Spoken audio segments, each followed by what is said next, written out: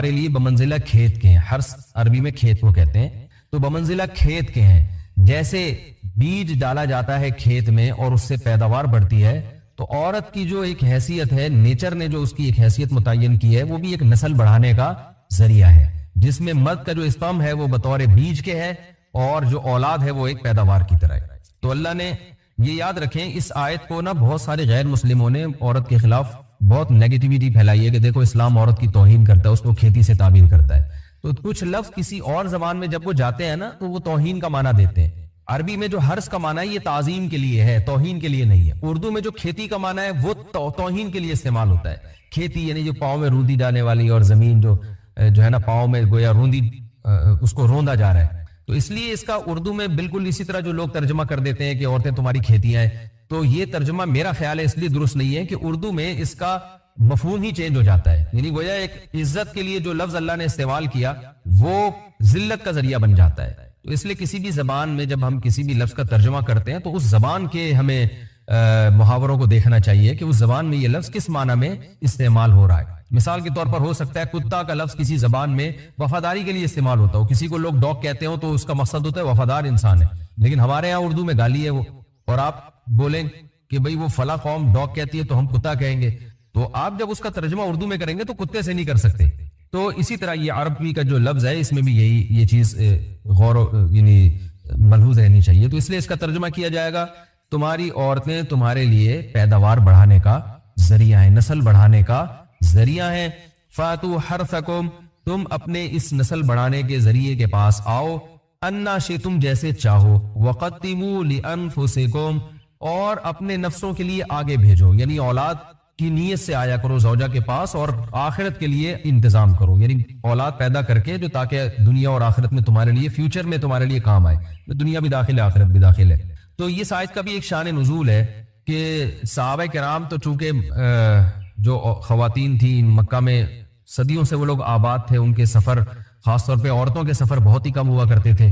تو جب ہجرت ہوئی ہے اور جو ہے نا ہجرت کر کے بہت ساری صحابیات مدینہ آئی ہیں, تو مدینہ میں ان کے نکاح دوسری قوموں میں ہوئے, پھر انصار صحابہ سے بھی ہوئے. تو چونکہ تقویٰ تھا ان خواتین میں, للہیت تھی, تو بعض جگہ ایسے واقعات ہوئے کہ میاں بیوی کے جو آپس کا ریلیشن ہوتا ہے, ظاہر ہے وہ ہر قوم میں اور ہر جو ہے نا شخص کا مزاج دوسرے سے مختلف ہوتا ہے. تو بعض مردوں نے اس طرح سے اپنی زوجات کے ساتھ ہم بستری کی کہ ان خواتین کو پھر اشکال ہوا کہ پتہ نہیں اس طرح سے ہم بستری کرنا جائز بھی ہے یا نہیں ہے. تو انہوں نے نبی صلی اللہ علیہ وسلم سے یہ مسئلہ پوچھا کہ یا رسول اللہ, ہمارے شوہر ہمارے پاس اس طرح سے آتے ہیں تو کیا یہ جائز ہے یا نہیں. تو ان کے سوال کو بھی مبہم رکھا گیا اور قرآن نے اس کے جواب کو بھی کنایتاً بیان کیا, کیونکہ مسئلہ بظاہر حیا کے خلاف ہے.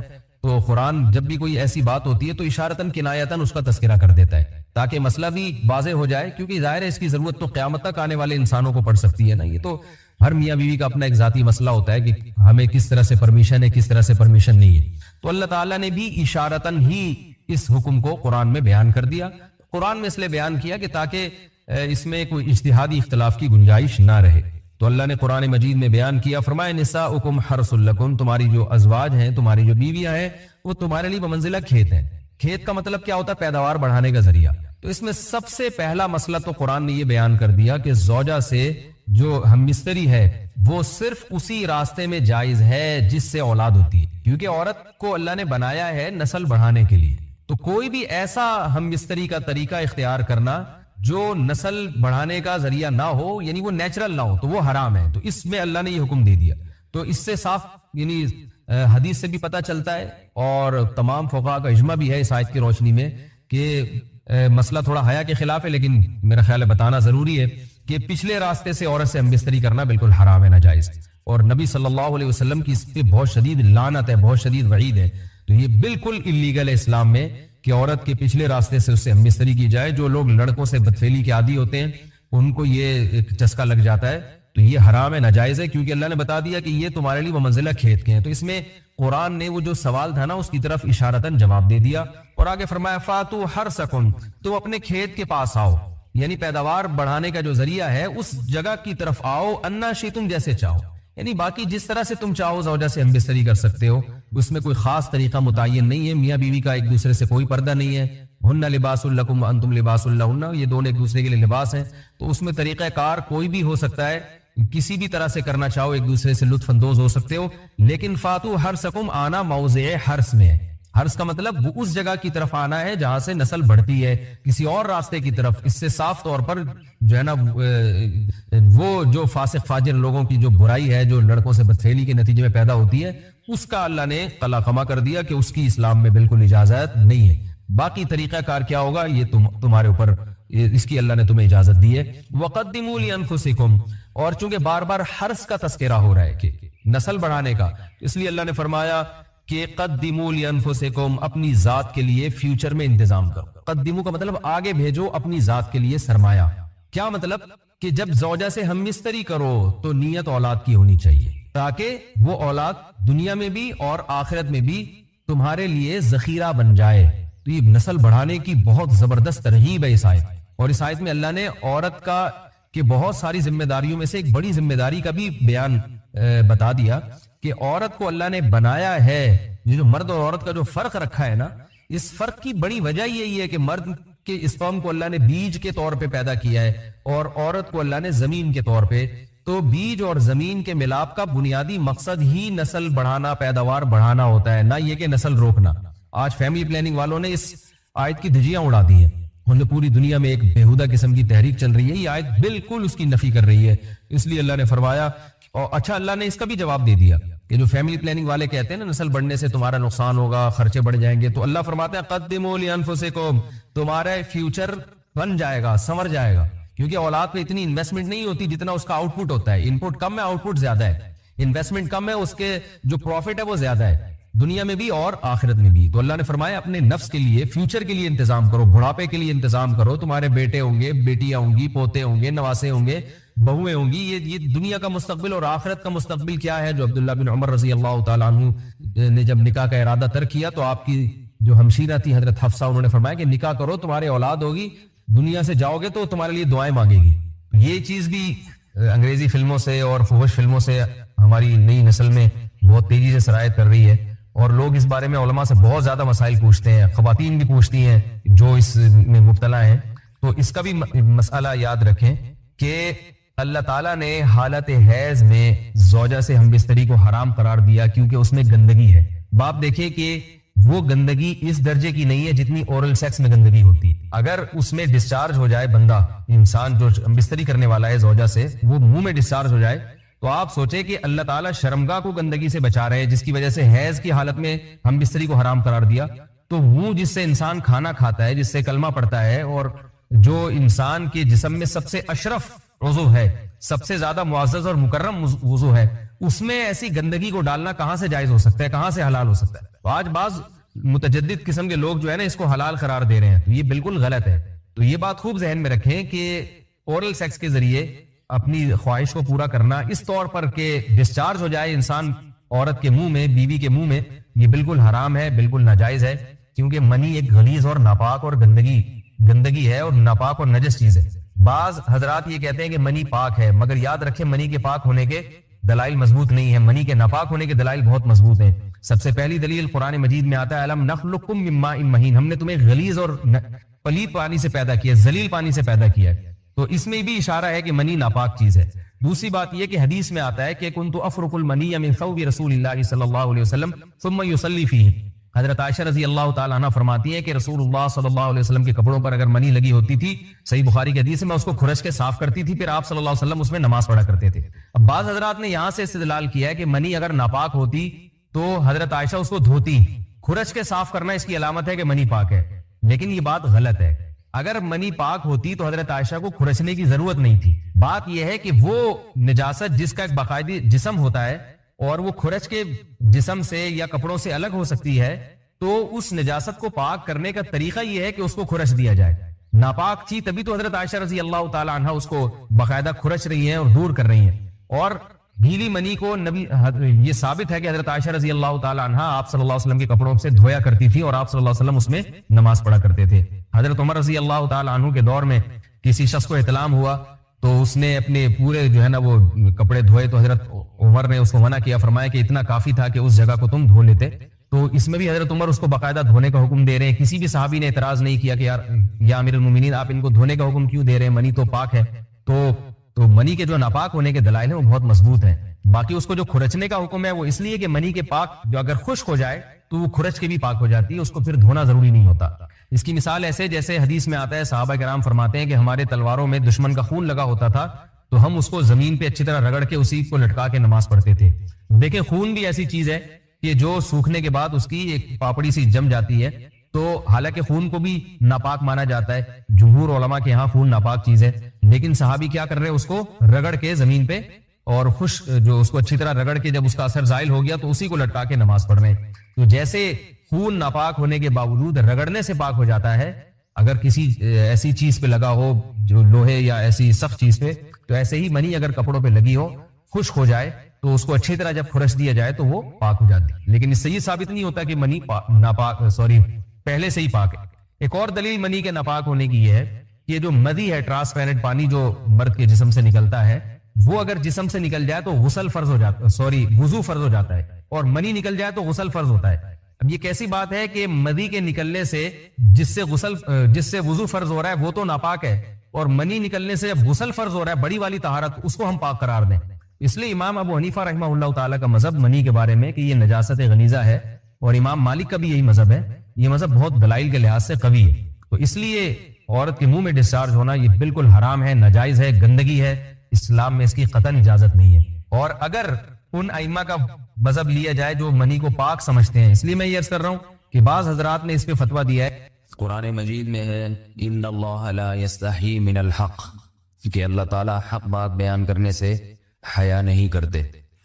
حدیث میں بھی بعض ایسے مسائل کو اللہ کے رسول نے بیان کیا ہے صلی اللہ علیہ وسلم نے جو بظاہر حیا کے خلاف ہیں, مگر اس لیے بیان کیا کہ اگر آپ صلی اللہ علیہ وسلم بیان نہ کرتے تو لوگ ان بے شرمی کے کاموں میں مبتلا ہو جاتے. اسی وجہ سے میں بھی ہمت کر رہا ہوں کہ ایک اور ایسا گناہ جس میں لوگ مبتلا ہیں اور وہ ہے حیا کے خلاف, مگر ہے بہرحال شریعت کا مسئلہ اور لوگ اس میں گناہ میں مبتلا بھی ہیں, اس لیے بتانا ضروری ہے. وہ یہ ہے کہ لوگ شادی کے بعد بھی آج کی نوجوان نسل زوجہ سے, بیوی سے غیر فطری طریقے سے ہم بستری کرتے ہیں. انٹرنیٹ پہ بیہودہ فلمیں دیکھتے ہیں, تو جو چیز انگریزوں کی دیکھ رہے ہیں کہ ان کے کلچر آہستہ آہستہ میڈیا کے ذریعے ہمارے معاشرے میں بھی آ رہا ہے. اللہ کے رسول صلی اللہ علیہ وسلم نے لعنت فرمائی ہے, ایک روایت میں ہے کہ اللہ اس کی طرف دیکھے گا نہیں کہ جو اپنی زوجہ سے پچھلے راستے سے ہم بستری کرے گا.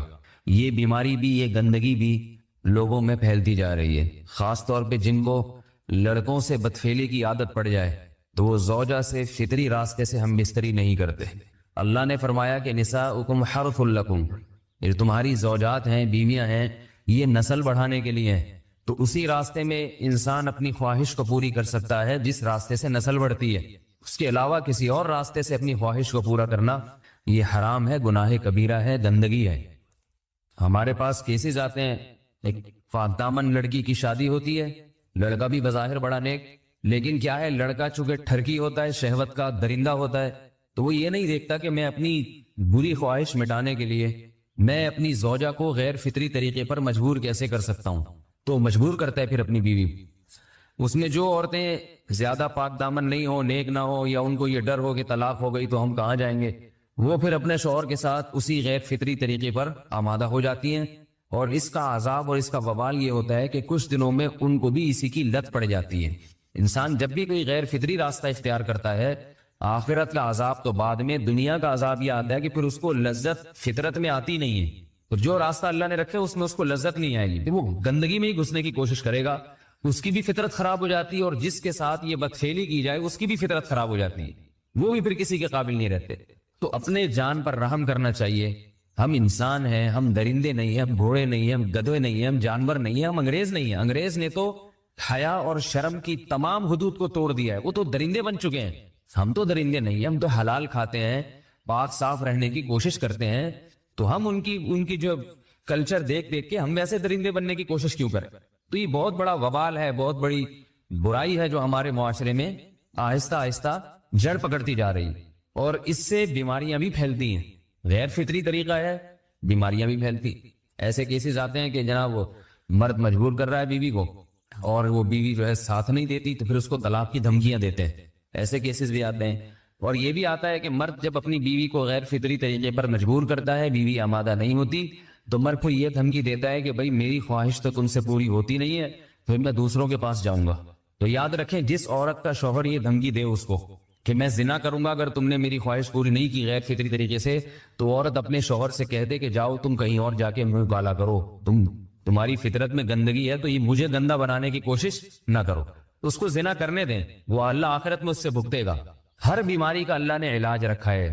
اللہ کے رسول صلی اللہ علیہ وسلم نے فرمایا، صحیح بخاری کی حدیث، ما انزل اللہ من داء الا انزل له دواء، کوئی بیماری ایسی نہیں ہے جو اللہ نے نازل کی ہو اور اس کے لیے دوا نہ رکھی ہو دنیا میں۔ تو اگر کسی کو ایسی لت پڑ گئی ہے غیر فطری کام کی، تو اس کو چاہیے کہ وہ اپنا علاج کرائے، ڈاکٹر سے بھی رابطہ کرے، اور سب سے بڑا علاج یہ کہ کچھ وقت صبر کرے گا، چھوڑ دے گا کچھ عرصے کے لیے، تو خود بخود آہستہ آہستہ صحیح ہو جائے گا۔ ایک آدمی شراب کا عادی ہے، ایک علاج تو یہ کہ ڈاکٹروں سے رابطہ کرے، بہترین علاج کیا، چھوڑ دے۔ کتنے دن تڑپے گا؟ ایک دن، 2 دن، 3 دن، 4 دن، 1 ہفتہ، 2 ہفتہ، بہت زیادہ سال ہو جائے گا نا، اس کے بعد خود بخود ٹھیک ہو جائے گا۔ سگریٹ کا عادی ہے، چھوڑ دے گا، تو کتنے لوگ ہم نے دیکھے ہیں دن میں 20 سگریٹ پیتے تھے، چھوڑنے پر آئے تو بالکل ایک دم چھوڑ دی انہوں نے، آہستہ آہستہ کر کے چھوڑ دی، لیکن تکلیف ہوئی مگر عادی ہو گئے۔ تو اب کسی کو یہ لت پڑ گئی ہے غلط کام کی، برائی کی، تو اس کا بہترین علاج یہ ہے کہ وہ اپنے آپ کو بدلنے کی کوشش کرے، ماحول بدلے، اور کچھ وقت صبر کرے گا تو اللہ اس سے یہ عادت چھڑا دے۔ نہیں کی، صبر نہیں کیا اس نے، پھر اسی گندگی میں موت واقع ہوگی، پھر آخرت کا عذاب بہت سخت، نسلیں برباد ہو جاتی ہیں اس عمل سے انسان کی۔ تو بات حیا کے خلاف ہے، مگر یہ کہ ایک بزرگ سے وہ بات فرما رہے تھے، تو کسی نے پوچھا کہ حضرت آپ حیا کے خلاف بات کرتے ہیں، تو انہوں نے فرمایا تم بے حیائی کے کام نہیں چھوڑتے، ہم اس چھڑوانے کے لیے بات کریں تو ہم برے ہیں، اور تم کام کرو تو بھی برے نہیں۔ برائی کا کام کرنے میں برا نہیں بنتا، اور برائی کے خلاف بولنے والا برا بن جاتا ہے کہ دیکھو یہ کیسی باتیں کر رہے ہیں۔ تو وہی باتیں ہیں، اس لیے ہیں کہ یہ معاشرے میں یہ برائی پھیلتی چلی جائے گی، اور یہ ہماری اپنا کلچر نہیں ہے، یہ امپورٹ ہو رہا ہے، باز یہ امپورٹ ہو رہا ہے، یہ وہاں میڈیا کے ذریعے آ رہا ہے۔ تو وہ چیزیں دیکھا نہ کریں اور ان لوگوں سے دور رہا کریں۔ ہمیں تو دین کا داعی ہو کے ان کو ہدایت پر لانا تھا، بجائے ہم ہدایت پہ چل کے دوسروں کو چلانے والے بن کے ان کے راستے پہ ہم نے چلنا شروع کر دیا۔ اللہ تعالیٰ ہمیں اب دیکھیں ان کے ہاں ایڈز کا مرض پھیل گیا ہے۔ آپ بتائیے یہ ایڈز کا مرض ہمارا ہے کیا؟ یہ بیماری ہماری ہے یا ان کی ہے؟ ہمارے ہاں بیماریاں ہیں، کھانسی ہے، نزلہ ہے، ٹھیک ہے نا، بلڈ پریشر ہے، شوگر ہے، یہ بیماریاں ہماری ہیں۔ کوئی اللہ کا شکر ہے گندی بیماری ہمارے ہاں نہیں ہے، جتنی گندگیاں ہیں وہاں سے آ رہی ہیں۔ ایڈز کا مرض وہاں سے امپورٹ ہوا ہے، وہ ایڈز کا مرض اسی بدفعلی کی وجہ سے پیدا ہوتا ہے، اسی سے جراثیم پیدا ہوتے ہیں، اور اتنا خطرناک مرض کے ایسے متعدی ایسے پھیلتا ہی۔ افغانستان میں ایڈز کا ریشو 0 تھا، 0۔ وہ جانتے نہیں تھے کہ ایڈز کا مرض ہوتا کیا ہے۔ جب سے امریکن آرمی، برطانیہ آرمی افغانستان میں آئی ہے، فوجی آئے ہیں، افغانوں میں ایڈز کا مرض پھیل گیا ہے، انہوں نے وہاں بدفعلیاں شروع کر دی ہیں۔ تو وہ تو حالانکہ ان کے لیے زنا کتنا سستا ہے، کتنا سستا ہے نا ان کے لیے زنا، پھر بھی وہ لڑکوں کی طرف مائل ہوتے ہیں۔ تو اتنی گندگی، ایسا گندا جب انسان بن جائے پھر اللہ اس کے وجود کو برقرار نہیں رکھتے، اور رکھتے ہیں تو پھر آخرت میں سزا دینے کے لیے اپنے آپ کو ان گندگیوں سے بچانا چاہیے، حلال پہ اکتفا کرنا چاہیے۔ اللہ تعالیٰ ہمیں حلال پہ قناعت کی توفیق عطا فرمائے اور پاکیزہ لوگوں میں ہمارا شمار فرمائے۔ اگر شادی شدہ عورت 40 دن میں بھی ایک دفعہ، اچھا بھائی دیکھو یہ حیا کے خلاف مسائل جو ہے نا، یہ اس چینل پہ نہ پوچھا کرو۔ مرد پر لازم ہے کہ کم سے کم 4 مہینے میں بیوی سے ایک دفعہ وہ لازمی ہم بستری کرے۔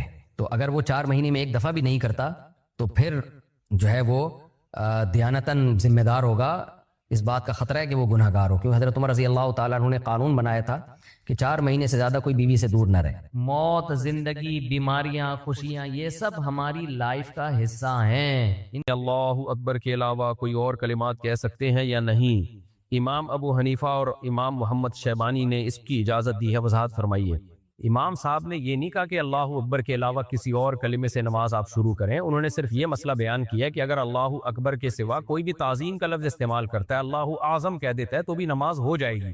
اور اس کی دلیل قرآن مجید کی آیت ہے کہ وَرَبَّكَ فَكَبِّرْ وَذَكَرَ اسْمَ رَبِّهِ فَصَلَّى، کہ اللہ نے قرآن میں فرمایا کہ اپنے رب کا نام لیا اور نماز قائم کی، تو وہ کہتے ہیں اس سے تکبیر تحریمہ مراد ہے، یعنی اللہ کا نام۔ تو قرآن سے پتہ چلتا ہے کسی بھی طرح سے اللہ کا نام لے لے تو نماز میں داخل ہو سکتا ہے۔ کیونکہ امام صاحب ہمیشہ قرآن کو حدیث پہ ترجیح دیتے ہیں اور حدیث کی ایسی تعویل کرتے ہیں جس سے حدیث قرآن کے مطابق ہو جائے، نہ یہ کہ قرآن میں تعویل کر کے اس کو حدیث کے مطابق کرتے ہیں۔ ہر فقی کا اپنا اصول ہوتا ہے، تو امام حنیفہ کا یہ اصول ہے، لیکن انہوں نے حدیث پر بھی عمل کیا، کیونکہ حدیث میں ہمیں اللہ اکبر ملتا ہے، اس لیے انہوں نے یہی کہا کہ تکبیر کا لفظ واجب ہے، یعنی جائز نہیں ہے کہ آپ تکبیر کے علاوہ کوئی لفظ چھوڑ کے آپ نماز میں داخل ہوں، کیونکہ حدیث میں یہی حکم ہے، تو لہذا آپ کو اللہ اکبر کہہ کے ہی نماز میں داخل ہونا پڑے گا۔ تو فرض تو ادا ہو جائے گا آپ کا، لیکن آپ کو سنت چھوڑنے سے حرج واقع ہوگا کہ سنت کے مطابق آپ نے کیوں نماز نہیں پڑھی ہے۔ تو تکبیر التحریم و تحلیل التسلیم، او کما قال صلی اللہ علیہ وسلم، نبی صلی اللہ علیہ وسلم فرمایا نماز میں داخلے کے لیے تکبیر کہنی ہے اور نکلنے کے لیے سلام کہنا ہے۔ اس طرح قرآن و حدیث میں تطبیق ہو جاتی ہے۔ تو یہ کہنا کہ امام صاحب کی نظر میں یہ جائز ہے کہ آپ اللہ اکبر کے علاوہ بھی نماز میں داخل ہو سکتے ہیں، کوئی بھی لفظ بول دیں، تو اگر جائز کا مطلب یہ ہے کہ نماز کا فرض ادا ہو جائے گا پھر تو ٹھیک ہے، لیکن اگر جائز کا مطلب یہ ہے کہ امام صاحب اس کو اپریشیٹ کر رہے ہیں، ترغیب دے رہے ہیں کہ ایسے نماز پڑھنی چاہیے، تو بالکل غلط ہے۔ امام صاحب بھی حدیث ہی کے مطابق نماز پڑھا کرتے تھے اور لوگوں کو فقہ حنفی میں ترغیب بھی یہی ہے کہ اللہ اکبر کے ذریعے ہی نماز میں داخل ہونا ہے۔ تبھی جتنے بھی حنفی عالم ہیں، علماء ہیں، عوام ہے، خود امام حنیفہ اور امام ابو حنیفہ کے شاگرد امام محمد، وہ سارے اللہ اکبر کے ذریعے ہی نماز میں داخل ہوا کرتے تھے۔ تو امام صاحب کے اس قول کا سہارا لے کے کسی کے لیے یہ جائز نہیں ہے کہ وہ اللہ اکبر کے لفظ کے علاوہ کوئی اور لفظ استعمال کرے، اللہ اعظم کہے یا کوئی اور لفظ کے ذریعے نماز میں داخل ہو، کیونکہ امام صاحب کی بات کا جو مطلب ہے وہ میں نے بیان کر دیا۔ انڈیا سے کسی نے پوچھا اگر کسی پر کالا جادو ہو تو کیسے پتہ چلے؟ تو پتہ چلانے کی ضرورت نہیں ہے، کیونکہ ان جادوگروں کے پاس آپ جاؤ گے تو پتہ چلے نہ چلے اور دو چار لوگوں پہ اور جادو ہو جائے گا۔ اس کا حل یہ ہے، دیکھیں میں اس کی ایک مثال دیتا ہوں، بہت پرانی بات ہے، میری بچی بیمار تھی تو میں چائلڈ اسپیشلسٹ کے پاس لے گیا، تو چائلڈ اسپیشلسٹ نے کیا کیا، مجھے ایک ٹیسٹ لکھ کے دے دیا کہ یہ ٹیسٹ کرانا۔ تو میں نے ڈاکٹر صاحب سے پوچھا کہ یہ ٹیسٹ کرانے کے بعد کون سی دوا دیں گے آپ؟ انہوں نے کہا اگر اس ٹیسٹ میں یہ بیماری آ گئی تو یہ میڈیسن دوں گا۔ تو میں نے کہا اگر ٹیسٹ میں یہ بیماری نہیں آئی تو انہوں نے کہا میڈیسن پھر بھی یہی ہے۔ تو میں نے کہا ڈاکٹر صاحب پھر ٹیسٹ کرانے کی ضرورت کیا ہے؟ انہوں نے کہا نہ کرائیں، پھر بات صحیح ہے آپ کی۔ انہوں نے کہا اصل میں لوگوں کو تسلی کے لیے ٹیسٹ کرانے ہوتے ہیں، اس لیے میں نے کہہ دیا۔ تو بات یہی ہے کہ بھائی جب ٹیسٹ کرانے کے بعد بھی میڈیسن اور علاج وہی ہے، ٹیسٹ کرانے سے پہلے بھی وہی ہے، تو ٹیسٹ کرانے کی ضرورت کیا ہے؟ تو جادو ہو یا نہ ہو، علاج ایک ہی ہے اس کا، سورہ فلق سورہ ناس پڑھیں، آیت الکرسی پڑھ کے دم کریں، پانی کی چھینٹیں ماریں آیت الکرسی پڑھ کے۔ آپ کا اثر نہیں ہو رہا، کسی نیک آدمی کے پاس جائیں، عامل یا جادو کا علاج کرنے والے کے پاس نہیں جانا آپ نے، تو مسجد کے امام صاحب کے پاس چلے جائیں، کسی بھی نیک آدمی کے پاس چلے جائیں، حضرت اس پہ دم کریں، صبح شام دم کروائیں، انشاءاللہ ٹھیک ہو جائے گا۔ نہیں ٹھیک ہو تو صبر کریں۔ ہر بیماری کا اللہ نے دنیا میں علاج رکھا ہے، لیکن اس کا علاج ہر ایک کو پتہ نہیں ہے۔ بہت سی بیماریاں لا علاج، عملی طور پہ لا علاج ہیں، تو اب کینسر ہو جائے کسی کو تو نہیں ہو علاج ہوتا بھائی، اب یہی ہے کہ بس صبر کرو، اللہ ہی ٹھیک کر دے گا تو ٹھیک کر دے گا۔ تو جادو کا علاج اللہ نے نازل کیا ہے، سورہ فلق سورہ ناس آیت الکرسی سورہ بقرہ، یہ سب جادو کے علاج کے لیے۔ تو یہ شرعی رقیہ جسے کہا جاتا ہے، یہ پڑھیں آپ کا اثر نہیں ہو رہا کسی سے نیک آدمی سے دم کروا لیں۔ اس سے آگے آپ جانے کی کوشش کریں گے تو بیڑا غرق ہونے کے علاوہ کچھ بھی حاصل نہیں ہوگا۔ وقتی فائدہ ہوگا لیکن پوری نسل جنات چڑیل بھوتوں سے برباد ہو جائے گی آپ کی، اور پھر مجھے غصہ آنے لگتا ہے کیونکہ میں نے دیکھا ہے نا برباد ہوتے ہوئے لوگوں کو۔ تو اس لیے بس جتنا کریں آپ، ٹھیک ہو جائے صحیح، اور انشاءاللہ ٹھیک ہو جائے گا۔ ویسے بھی جادو ان لوگوں پہ ٹھیک ہو جاتا ہے جو جادو کو زیادہ لفٹ نہیں کراتے، اور جو لفٹ زیادہ کراتے ہیں ان کا کبھی ٹھیک نہیں ہوتا، وہ الجھے ہی رہتے ہیں۔ جب ہمارے نبی کو اللہ نے علاج بتا دیا سورہ فلق سورہ ناس، جو میڈیسن اللہ نے بتائی ہے وہ آپ کی سمجھ میں کیوں نہیں آ رہی ہے بھائی؟ لیکن بعض لوگوں کی قسمت خراب ہوتی ہے، وہ جاتے ہیں عاملوں کے پاس۔ پاکستان سے کسی نے پوچھا ہے، میں ایک بیوہ عورت ہوں، میرے 2 بچے ہیں، میں نے 9 سال بیوگی کی حالت میں گزار لی۔ اب 4 مہینے پہلے میرے مرحوم شوہر کے کزن نے مجھ سے نکاح کیا، وہ پہلے سے شادی شدہ ہے، انہوں نے مجھے کرائے کا گھر بھی لے کر دیا، لیکن اپنی پہلی بیوی کے کہنے پر میرے ساتھ رات نہیں گزارتے۔ 4 مہینے ہو گئے ہیں، ایک رات بھی نہیں رکے۔ میں بول بول کر تھک گئی ہوں کہ آپ گناہگار ہو رہے ہیں، مجھے میرا حق دو، آپ کیا کہتے ہیں اس بارے میں؟ بالکل وہ گناہگار ہو رہے ہیں۔ نبی صلی اللہ علیہ وسلم نے فرمایا جس کی 2 بیویاں تھیں اور اس نے ان کے درمیان عدل نہیں کیا، قیامت کے دن فالج زدہ حالت میں آئے گا۔ تو اصل میں مرد کے بچے نہیں رہے ہیں، کم بخت آدمی کو آدمی بننا چاہیے۔ بھائی پہلی بیوی آپ کو روک رہی ہے، آپ بولو نہیں روک سکتی، آپ کے پاس یہ رائٹ نہیں، کیا بگاڑ لے گی وہ آپ کا، کیا کر لے گی آپ؟ تو بدماش بنو یار ایسے موقع پہ۔ ویسے ذرا سی چیزوں میں ایسے بدماش بنے ہوتے، لگتا ہے محلے میں اس سے بڑا دادا دنیا میں کوئی ہے ہی نہیں، اور جائز باتوں میں، واجب باتوں میں، شریعت کے معاملے میں بالکل بزدل بنا ہوتا ہے۔ تو آپ کے شوہر کو چاہیے پہلی بیوی کا پورا حق ادا کریں، اور ان کو بولیں میں نے دوسری شادی کر لی، میں اس کو اتنا ہی ٹائم دوں گا جتنا آپ کو دے رہا ہوں، اور اس کے بھی وہی حقوق ہیں جو آپ کے، رہنے رہو نہیں تو پتلی گلی سے نکلو۔ لوگ مجھے انہی باتوں پہ کہتے ہیں آپ گھروں میں طلاقیں دلوا رہے ہو. بھائی صاحب میں طلاقیں دلوا رہا ہوں لیکن ان طلاق یافتہ عورتوں کی شادیاں بھی پھر ان بیانات سے میں ہی کروا رہا ہوں. ایک بیوہ کی شادی بھی تو ہو گئی نا اس چکر میں کہ مرد نے دوسری شادی کی ہے. لیکن اب مرد کو چاہیے انسان کا بچہ بنے اور جو ہے وہ آدمی پن دکھائے، اپنا آدمی پن. پہلی بیوی کو بتا دے شوہر میں ہوں تم نہیں ہو، تو میں اس کا حق ادا کروں گا، میں نے اس سے شادی کی ہے، میں نہیں چاہتا کہ قیامت کے دن اللہ کے سامنے آؤں کہ میرا آدھا دھڑ فالس زدہ ہو اور دنیا میری اس حیثیت کو دیکھے یہ دیکھو یہ 2 شادیوں والا آ رہا ہے. تو اس لیے عدل کرنا پڑے گا ورنہ یہ بہت بڑا جرم ہے. اللہ ہدایت دے آپ کی میاں کو. ایک عورت نے بیچاری نے پہلے 9 سال تنہائی میں گزار دی، اب اس کو ایک آسرا ہوا ہے تو اس کو تو اس کا حق دو نا. پہلی کو بھی حق دو، ہم یہ نہیں کہہ رہے، اس کو بھی حق دو جو آپ نے دوسری شادی کی ہے. پاکستان سے کسی نے پوچھا اگر کسی لڑکی کے باپ یا ولی نے اس کی زبردستی شادی کرا دی ہو تو کیا وہ لڑکی زبردستی شادی کی بنیاد پر شرعی خلا لے سکتی ہے؟ دیکھو زبردستی شادی کا مطلب اگر یہ ہے کہ لڑکی نے قبولا ہے تو پھر قبولا تو ہو گئی شادی، قبولنا ہی نہیں چاہیے نا. نکاح، طلاق اور غلام کا آزاد کرنا، اس میں شریعت نے زبان پہ حکم کا مدار رکھا ہے. زبان سے ورڈنگ ہو گئی تو پھر آپ یہ نہیں کہہ سکتے میں راضی نہیں تھا، کیونکہ وجہ اس کی یہ کہ اس طرح تو پھر ایک دین مذاق بن جائے گا. طلاقیں دیں گے لوگ بولیں گے میں دل سے راضی نہیں تھا، ایکچولی مجھ پہ دباؤ تھا. دولہا قبولے گا بعد میں بولے گا یار میں تو ویسے ہی قبول لیا، میرے تو ابا کا دباؤ تھا. تو اس لیے اگر لڑکی نے زبان سے قبولا ہے تو پھر یہ شادی ہو گئی. ہاں ماں باپ اس کے والد گناہگار ضرور ہوا ہے کہ بچی کو فورس کیوں کیا آپ نے، اس پہ دباؤ کیوں ڈالا، کیونکہ جب عاقل بالغ لڑکی ہو تو اس کی شادی اس کی مرضی کے بغیر ناجائز اور حرام ہے. تو اس لیے یہ نکاح بہرحال ہو گیا. اگر باپ نے نکاح کرایا ہے اور لڑکی نے قبولا ہے اس نکاح کو، تو اب لڑکیاں بھی ایسا کرتی ہیں نا، بھائی آپ کو لگ رہا تھا زبردستی ہے تو اب آپ کورٹ سے خلا لینے کی ہمت آپ میں پیدا ہو گئی. اس وقت یہ ہمت کیوں نہیں کی کہ نہیں قبول ہیں آپ بول دیں بھائی مجھے قبول نہیں ہے، جو مرضی کرنا ہے کر لو. تو اب اس وقت تو قبول لیا گناہ بن کے، اب بعد میں کہہ رہی ہیں کہ جی میں عدالت سے، تو عدالت سے خلا لینے میں ماں باپ ناراض نہیں ہوں گے. لڑکیاں یہ کہتی ہیں ہم نے زبردستی قبول ہے کہ ابا یہ ہو جاتا، ابا بے ہوش ہو رہے تھے، ابا کو ہارٹ اٹیک ہو رہا تھا، ابا کو یوں ہو رہا تھا، ابا کو یوں ہو رہا تھا، تو اب کیا ہوگا ابا کو شادی کے بعد جب آپ خلا لوگی؟ تو پہلے ہی ڈٹ جانا چاہیے. بہرحال ماں باپ تو گناہگار ہوئے ہیں زبردستی کر کے، لیکن اب نکاح ہو گیا ہے تو اس کو نبھانے کی کوشش کریں.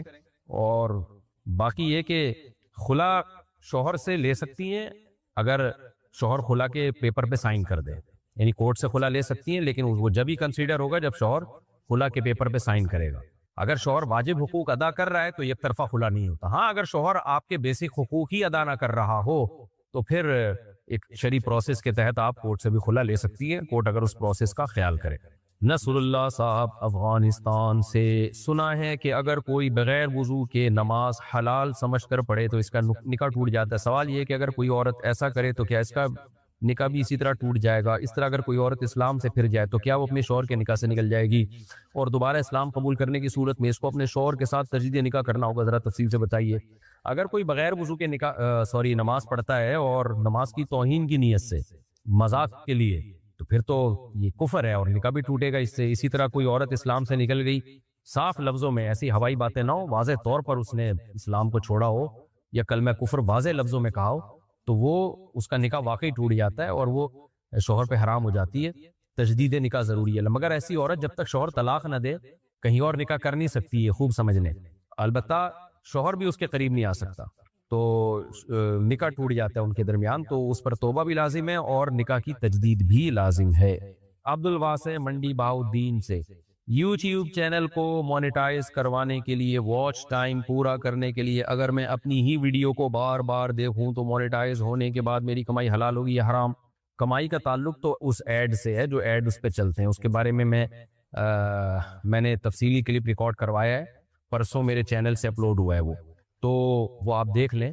اس کا تعلق صرف اس سے ہے کہ وہ ایڈ اس میں حلال پروڈکٹ کو پروموٹ کیا جا رہا ہے یا حرام پروڈکٹ کو پروموٹ کیا جا رہا ہے. باقی واچ ٹائم پورا کرنے کے لیے آپ اپنی ہی ویڈیو کو بار بار دیکھیں تو ایسا ہوتا نہیں ہے، کیونکہ وہ آئی ڈی چیک ہو رہی ہوتی ہے یوٹیوب میں کہ کتنی آئی ڈی سے دیکھا گیا ہے. تو بہرحال یہ ایک نامناسب حرکت تو ہے کہ آپ جو ہے وہ یوٹیوب کو دھوکہ دے رہے ہیں ایک طریقے سے، لیکن اس سے آمدن حرام نہیں ہوگی. ریان صاحب کراچی سے، سجدہ سہو کرنے کے بعد اگر دوبارہ غلطی ہو جائے تو کیا دوبارہ سجدہ سہو کرنا چاہیے؟ نہیں جی، ایک دفعہ سجدہ سہو ساری غلطیوں کے لیے کافی ہے. اسرار اللہ خان حیدرآباد انڈیا سے، فرض نماز پڑھنے کے بعد سجدے کی جگہ ہاتھ رکھ کر 3 بار سورہ اخلاص پڑھنے سے قبر میں اجالا ہوتا ہے، یہ بات درست ہے یا نہیں؟ نہیں، میرے علم میں کوئی ایسی روایت موجود نہیں ہے. کسی کے علم میں ہو تو وہ ریفرنس کے ساتھ بتائیں، ہم نے تو کبھی نہیں پڑھی ایسی کوئی حدیث. خالصہ بلوچستان سے ایک عورت حاملہ تھی، اس کے شوہر کا انتقال ہو گیا، 2 مہینے بعد زچگی ہو گئی، عدت کے بارے میں رہنمائی فرمائے۔ بس زچگی ہو گئی تو عدت ختم ہو گئی، بلکہ حدیث سے پتہ چلتا ہے کہ اگر شوہر کی ڈیتھ ہوئی اور ڈیتھ کے اگلے ہی لمحے عورت کے بچہ پیدا ہو جائے تو اسی لمحے عدت ختم ہو جاتی ہے۔ سعودی عرب سے کسی نے پوچھا، میرے بہنوئی نے دوسری شادی کی اور شادی کے 3 دن بعد 15 دن کے لیے عمرہ کرنے چلے گئے، اور ان کا کہنا ہے کہ سفر کا وقت باری میں شمار نہیں ہوتا، جبکہ پہلی بیوی کا مطالبہ ہے کہ عمرے پر جانے سے پہلے 3 دن اور 5 اور 15 دن عمرے کے، یعنی کل 18 دن پہلی بیوی کے ساتھ گزارنے چاہیے، جبکہ بہنوئی صاحب اس پر تیار نہیں ہے، رہنمائی فرمائے۔ یہ بات درست ہے کہ سفر کا وقت جو ہے باریوں میں شمار نہیں ہوتا، لیکن اگر کسی شہر میں شوہر نے 15 دن اسٹے کر لیا دوسری بیوی کے ساتھ تو پھر وہ 15 کے 15 دن دینے پڑیں گے پہلی بیوی کو، کیونکہ وہ پھر شرعی مسافر نہیں رہا۔ تو اگر مکہ یا مدینہ میں کہیں بھی 15 دن اسٹے نہیں کیا انہوں نے تو وہ مسافر ہی شمار ہے، اور سفر کے جو ایام ہیں وہ باریوں میں شمار نہیں ہوتے۔ فیصل رحمان بھنگا اتر پردیش انڈیا سے، نماز جنازہ میں ایک سلام کرنا کیسا ہے؟ نماز جنازہ میں دونوں طرح سے ثابت ہے، ایک سلام بھی 2 سلام بھی، جیسے سعودی عرب میں ہوتا ہے ایک سلام، وہ بھی ٹھیک ہے، 2 سلام بھی ٹھیک ہے۔ محمد افضل انڈیا سے، مغرب کی باجماعت نماز میں تاخیر سے پہنچنے کی وجہ سے 2 رکعت اگر چھوٹ جائے تو امام صاحب کے سلام پھیرنے کے بعد چھوٹی ہوئی رکعت کیسے ادا کریں؟ بہت کنفیوز ہو، رہنمائی فرمائے۔ جناب محمد افضل، اس کا صحیح طریقہ یہ ہے کہ اگر آپ کی 2 رکعتیں چھوٹ گئی ہیں، آپ تیسری رکعت میں مغرب میں امام صاحب کے ساتھ آئے ہیں، تو امام صاحب جب اتحیات پڑھ کے سلام پھیریں آپ نے کھڑے ہو جانا ہے، کھڑے ہو کے آپ نے سب سے پہلے ثنا پڑھنی ہے، اعوذ باللہ بسم اللہ پڑھنی ہے، کیونکہ یہ آپ کی پہلی رکعت شمار ہوگی، پھر آپ نے سورہ فاتحہ پڑھنی ہے، پھر آپ نے کوئی سورت پڑھنی ہے، رکوع سجدہ کر کے آپ نے بیٹھ جانا ہے، اتحیات پڑھنی ہے، پھر دوبارہ کھڑے ہونا ہے، اور پھر دوسری رکعت پڑھنی ہے، اس میں بھی بسم اللہ پڑھ کے سورہ فاتحہ پڑھی، سورت ملائی، رکوع سجدے کے بعد آپ نے اتحیات درود شریف دعا کے بعد سلام پھیر لینا ہے۔ یہ طریقہ ہے، لیکن دوسرا طریقہ بھی جائز ہے، وہ یہ ہے، افضل طریقہ تو یہی ہے۔ دوسرا طریقہ یہ ہے کہ امام کے ساتھ آپ نے 1 رکعت پڑھی، امام نے جب سلام پھیرا آپ کھڑے ہو گئے، ثنا پڑھی، اعوذ باللہ بسم اللہ، سورہ فاتحہ، سورت ملائی، اس کے بعد آپ نے رکوع کیا، سجدہ کیا، سجدے کے بعد آپ بیٹھنے کے بجائے دوبارہ کھڑے ہو جائیں، یہ بھی جائز ہے، اور پھر آخر میں جو ہے تحیات درود شریف پڑھ کے سلام پھیر لیں۔ اچھا، میں نے پہلے مسائل کے سیشن میں یہ بتایا ہے کہ یہ دوسرا طریقہ جائز نہیں ہے، لیکن میں اس سے رجوع کرتا ہوں، بعد میں کچھ علماء نے تنبیہ کی اور کچھ عبارات بتائیں، دلائل بتائے، تو میں اپنی اس بات سے رجوع کرتا ہوں۔ پہلا طریقہ تو سب کے نزدیک جائز ہے اور افضل ہے، میں نے بتایا تھا کہ یہ دوسرا طریقہ ٹھیک نہیں ہے، تو دوسرا بھی جائز ہے، اس کی بھی گنجائش ہے، تو اس لیے میرا کوئی اس سے پہلے والے کا بیان اس بارے میں ہو تو وہ مرجوع عنہ سمجھیں کہ میں اس سے رجوع کر چکا ہوں۔ شیخ منظور عاصم لاہور سے، میں ایک یوٹیوب چینل کھول رہا ہوں، اس چینل پر میں پیسے کمانے اور دولت سے متعلق ویڈیوز اپلوڈ کروں گا، کیا میں اس چینل پر اپنی شکل دکھائے بغیر اور کوئی نام استعمال کرتے ہوئے یہ جھوٹ کہہ سکتا ہوں کہ میرے پاس اتنے پیسے ہیں یا میں اتنے پیسے کماتا ہوں تاکہ میری ویڈیو زیادہ سے زیادہ لوگ دیکھیں اور میں اس چینل سے زیادہ پیسے کماؤں؟ حرام ہے بھائی، ناجائز ہے۔ نبی صلی اللہ علیہ وسلم نے فرمایا جو دھوکہ دیتا ہے وہ ہم میں سے نہیں ہے۔ تو یوٹیوب چینل کا مطلب یہ تھوڑی ہے کہ آپ جو مرضی پھینکتے رہیں بیٹھ کے اس پہ، ناجائز ہے، یہ جو ہے وہ حقیقت ہے وہی بیان کریں۔ عین اصغر کنڈو اللہ یار سندھ، کیا عورت اپنے دودھ شریک بھائی کے ساتھ حج عمرہ کر سکتی ہے؟ دیکھیں، دودھ شریک بھائی نام جو ہے وہ ہوتا محرم میں ہی ہے، لیکن علماء نے بیان کیا ہے کہ چونکہ اس سے بہرحال وہ جذبات جو سگے بھائی جیسے جذبات ہوتے ہیں نا، جو جن کی ماں باپ ہوں، جو ماں باپ شریک ہوتے ہیں، تو وہ اس میں بہرحال وہ عنصر نہیں ہوتا، اس لیے اس کے ساتھ حج عمرہ نہ کیا جائے، احتیاط کے بالکل خلاف ہے۔ میرا خیال ہے کوئی بھی مفتی عالم اس کو فتنے کے خوف کی وجہ سے جائز قرار نہیں دے گا۔ تو دودھ شریک بھائی بہرحال محرم میں اس سے پردہ فرض نہیں ہے، لیکن احتیاط بہت ضروری ہے، کیونکہ حج عمرے میں بہت طویل ٹائم گزارنا پڑتا ہے، بہت وقت۔ جوان لڑکا اور جوان دودھ شریک بہن ہو، بلڈ ریلیشن نہ ہو، اس سے صرف دودھ شریک والا ریلیشن ہو، تو 15 دن 20 دن 1 مہینہ 40 دن تک بالکل اس طرح کلوز رہنے سے بہت زیادہ فتنوں کا اندیشہ ہے۔ اس لیے میں اس فتنے کے باعث، کیونکہ حدیث میں بہت سارے احکام کا مدار فتنوں پہ رکھا گیا ہے، تو میں سمجھتا ہوں کہ اس میں بہرحال فتنہ ہے، تو یہ ٹھیک عمل نہیں ہے، اس سے اوائڈ اجتناب کرنا چاہیے۔ یہ ایسا ہی ہے جیسے ساس بالکل جوان ہو اور داماد بھی بالکل ینگ ہو، عمر ان کی میں زیادہ فرق نہ ہو، تو سعودیہ کے علماء بھی ہیں جن میں بڑی تعداد میں، اور دیگر علماء بھی، وہ ایسی ساس کے ساتھ بھی تنہائی اختیار کرنے سے انہوں نے منع کیا۔ بعض دفعہ ساس اور داماد کی ایج تقریباً برابر ہوتی ہے، اور ساس ینگ ہوتی ہے، داماد بھی ینگ ہوتا ہے، تو ٹھیک ہے وہ محرم رشتہ ہے، ماں کی طرح ہے، لیکن چونکہ سگی ماں بہرحال نہیں ہے، تو اس لیے تنہائی اختیار کرنے کو علماء نے منع کیا ایسی صورت میں۔ اور ہاتھ کا مذاق، جیسے بعض ساسیں دامادوں کو گلے لگا رہی ہوتی ہیں، تو اس سے منع کیا علماء نے، اگرچہ محرم ہے لیکن بہرحال سگی ماں کی طرح تو نہیں ہے نا، تو تھوڑا سا ریزرو رہنا ضروری ہے تاکہ فتنہ نہ ہو۔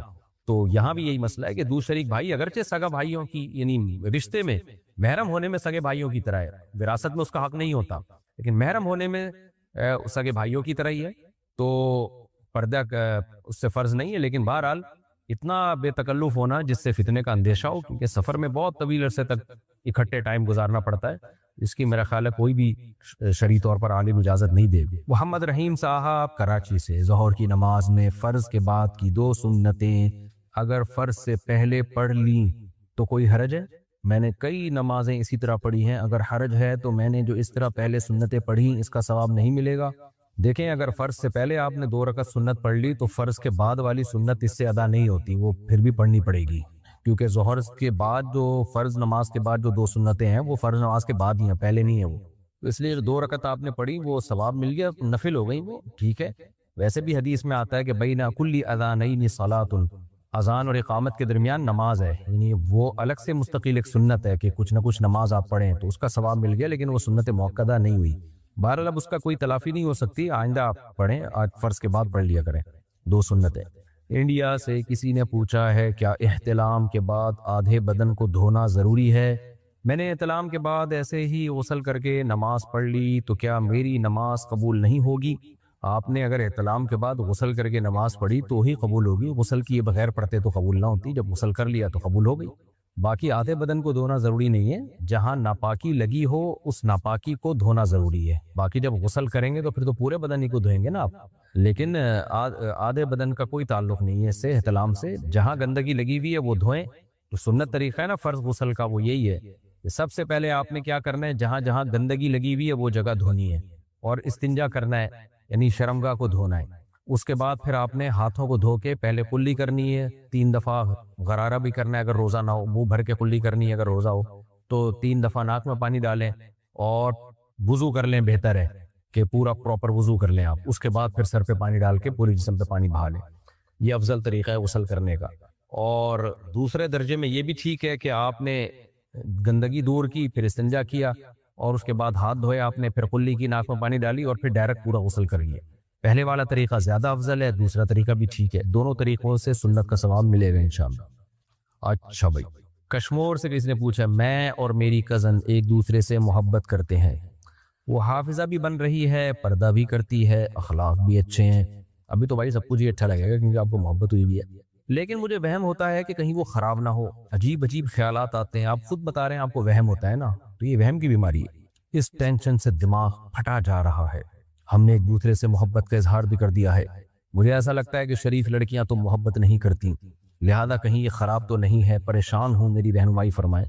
دیکھیں صرف اتنی بات پہ کسی سے بدگمان ہونا کہ اس نے آپ سے محبت کا اظہار کر دیا ہے، یہ بات تو بدگمان ہونے کے لیے کافی نہیں ہے، کنواری لڑکی ہے، کوئی شادی شدہ نہیں ہے، وہ الگ بات ہے، لڑکیوں میں حیا ہوتی ہے، حیا کا بہرحال تقاضا یہی ہے کہ لڑکیاں خود سے نہ کریں، ماں باپ کریں ان کے معاملے میں جہاں، لیکن اور اگر کہیں لڑکی کو پسند بھی ہے تو اپنی والدہ کو بتا دے تاکہ وہ شادی کر دیں، لیکن بہرحال اگر اس نے آپ سے اظہار کر دیا اور آپ نے اس سے اظہار کر دیا اور ہے بھی کزن ہے، تو میں اس بحث میں نہیں پڑھ رہا کہ یہ مناسب کیا یا نامناسب کیا، لیکن اتنی سی بات پہ کسی سے بدگمان ہونا کہ وہ کوئی خراب لڑکی ہوگی یہ جائز نہیں ہے، تو ویسے آپ کو کوئی اعتراض ہے تو الگ بات ہے، لیکن اتنی بات پہ آپ بدگمان نہ ہو، آپ اس سے شادی کر لیں، کیونکہ نبی صلی اللہ علیہ وسلم نے ارشاد فرمایا، صحیح حدیث ہے، لن ترى للمتحابین مثل النکاح، 2 محبت کرنے والوں میں نکاح سے بہتر کوئی حل نہیں ہے، تو اگر اس کو آپ سے محبت ہے، آپ کو اس سے محبت ہے تو آپ اس سے شادی کر لیں، پیغام بھیج دیں، اور یہ دماغ جو آپ کا خراب ہو رہا ہے یہ دماغ کو ٹھیک کر لیں آپ۔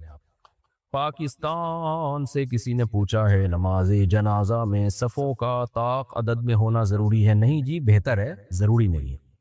بنت زاہد بہاولپور سے، میں میڈیکل کالج میں پڑھتی ہوں اور پردہ بھی کرتی ہوں ماشاءاللہ، کالج میں تقریباً 6 گھنٹے تک کا وقت گزرتا ہے، بہاولپور میں بہت گرمی پڑتی ہے،